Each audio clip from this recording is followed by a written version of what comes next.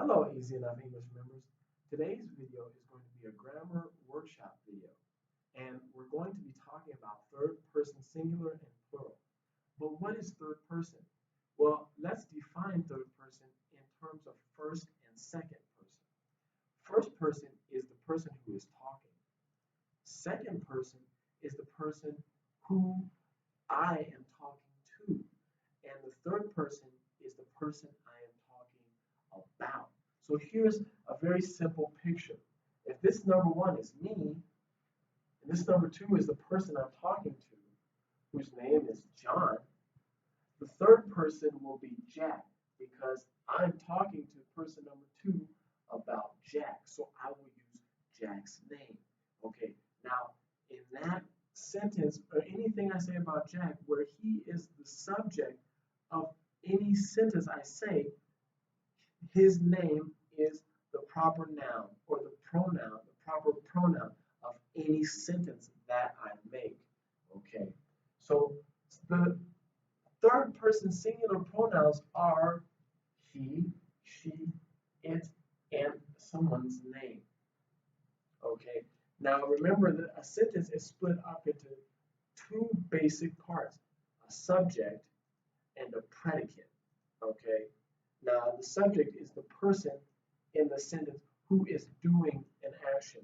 The predicate is the action and any object in the rest of the sentence. Okay, now the reason I want to shoot this video is because this is a problem that many ESL students have.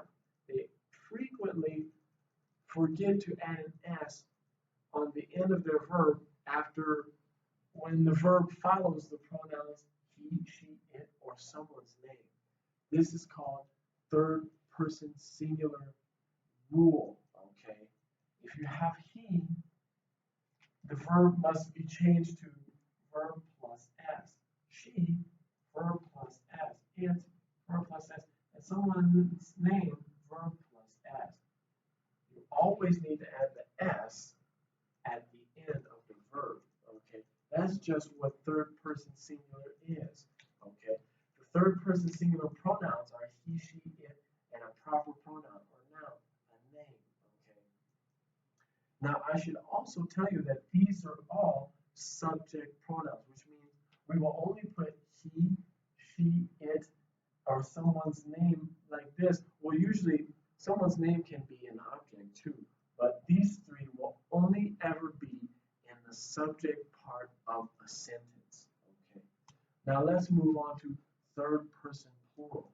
Third person singular is when the first person is talking to the second person about one third person, but the first person can be talking to the second person about many people, more than one person. Okay, that is the third person plural. And the only pronoun that we have for third person plural is they. Okay, and when we have they as our subject pronoun in any sentence, we have to remember not to add any s. Okay, so for example, I will make a sentence. I can say,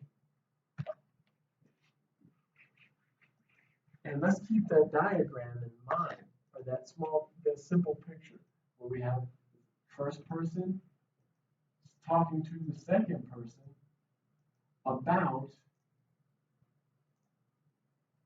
the third person. Okay, in which the sentence can be, and this is still John, and this is Jack, and I'm going to be talking about Jack. And I will say something like, Jack walks to school. Okay, period. Now, that sentence can be split up into many parts. First, the subject. So the subject is Jack. Okay, S for subject. And the predicate is everything that follows the subject, which is walks to school. And we'll say P for predicate. Okay, Within the predicate, inside the predicate, we have the verb and the object.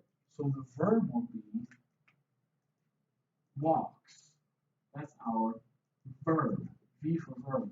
And the object would be school. So we write O for object.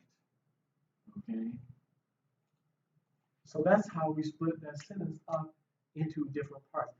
And the point is noticing Jack is third person singular. So the speaker is talking about Jack to someone else. So they need to add this S at the end of their sentence to follow the rules of third person singular. Now we can have a situation where I, first person, am talking about many people to the second person. Let's just say I'm talking about Jack and Jill. Okay. So that example, I draw another diagram where I'm the first person. Here's the second person. And you can't see that, so I won't actually write their names. I'm talking about two people, Jack and Jill. Okay. Now, my sentence here would be, I can say in my subject, in the subject part of my sentence, I can say Jack and Jill if I don't say anything about them before I say that.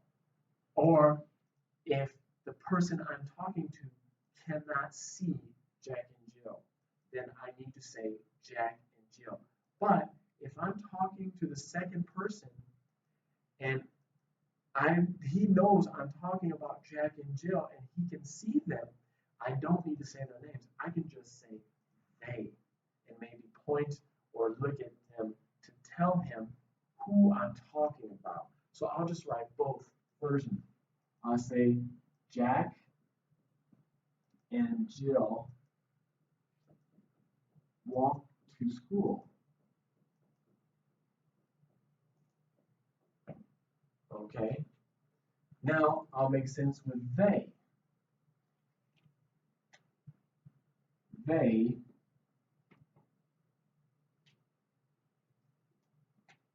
walk to school. Okay.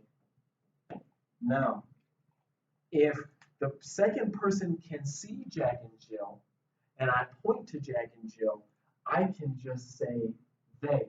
But if he cannot see Jack and Jill, I need to tell him who walks to school. So then I need to use both their names. But we still follow the rule of third person plural, which means we don't add an S at the end of the verb walk in either sentence. As you can see, there's no S and there's no S here. Okay. So that's third person singular and plural, guys. I hope you enjoyed the video. If you did, be sure to leave a comment in the comments section.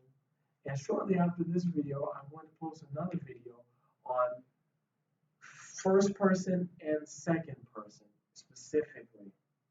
Thanks, guys.